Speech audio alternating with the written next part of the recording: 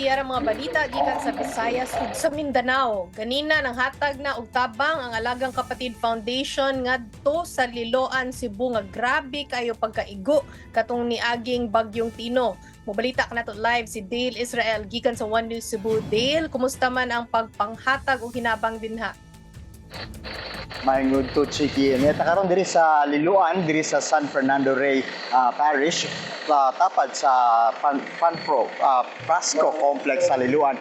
Din gipagayon ang gitawag nga Alagang Finest outreach program sa MVP Group. Apil dinhi ang Metro Pacific, MQuest, Meralco Foundation, Makati Medical Center, PLDT ug Smart ug syempre apil usab ang TV5 ug Signal. Naghatag sila og sa yung Noche Buena packages para sa mga pinaapektado o pinakaapektadong pamilya ikan sa Barangay Kutkot nga bago lang nabahaan human moapaw ang suba. Sulod ni nga Noche Buena packages ang bugas, solar lights, canned goods ug medical kits. Aduna sab sila yung mga gipangandam nga mga dula ug nanghatag og mga appliances sa raffle. Nagsagit sa kalipay ang mga tao sa pag-abot sa mga artista.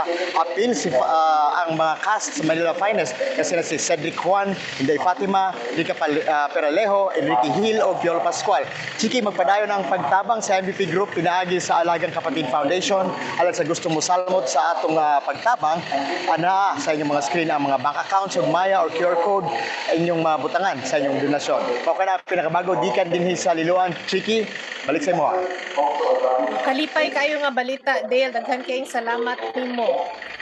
Sa laing bahin mga bay, si Vice President Sara Duterte mibalik na dito sa The Hague sa the Netherlands. Gipahibalo niya nga nakabisita siya sa iyang amahan nga si former President Rodrigo Duterte nga tuwa paghihapon sa International Criminal Court Detention Facility. Wala na kuno mahisgutan ni VP Sara ang mahitungod sa na-reject na petisyon para sa interim release ni FPRRD. Pero gikumpirma niya nga nag-istoryahanay sila bahin sa politika.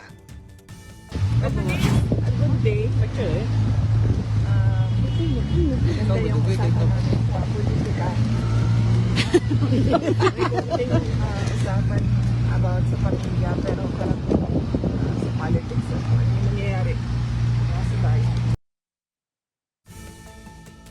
Okay mga bay, magkuyog na sa taugma para sa mga balita sa Visayas ug sa Mindanao. Ako si Chiki Verhel.